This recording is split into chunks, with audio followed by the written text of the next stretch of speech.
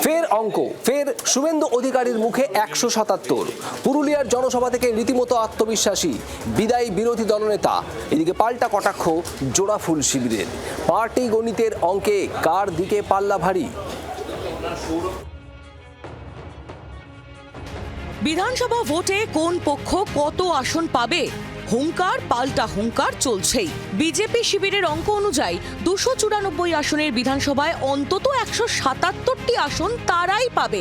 শুভেন্দু অধিকারী বারবার 177-এর ভবিষ্যৎবাণী তাই বলছে। এদিন পুরুলিয়ার কাশীপুরের সভায় সেই অঙ্ক ফের মনে করালেন বিদায়ী বিরোধী দলনেতা। 2016-তে বিজেপি 3টে আসন পেয়েছিল, 2021-এ 77টি আসন পেয়েছিল।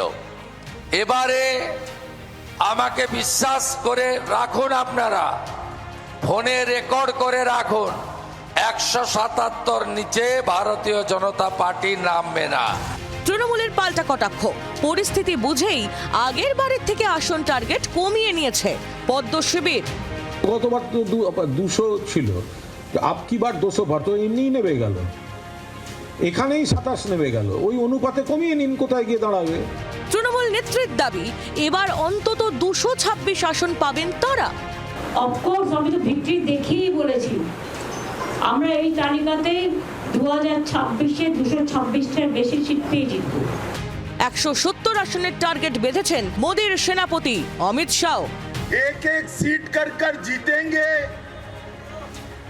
170 सीट तक जाएंगे, तब परिवर्तन होगा, ठीक है ना?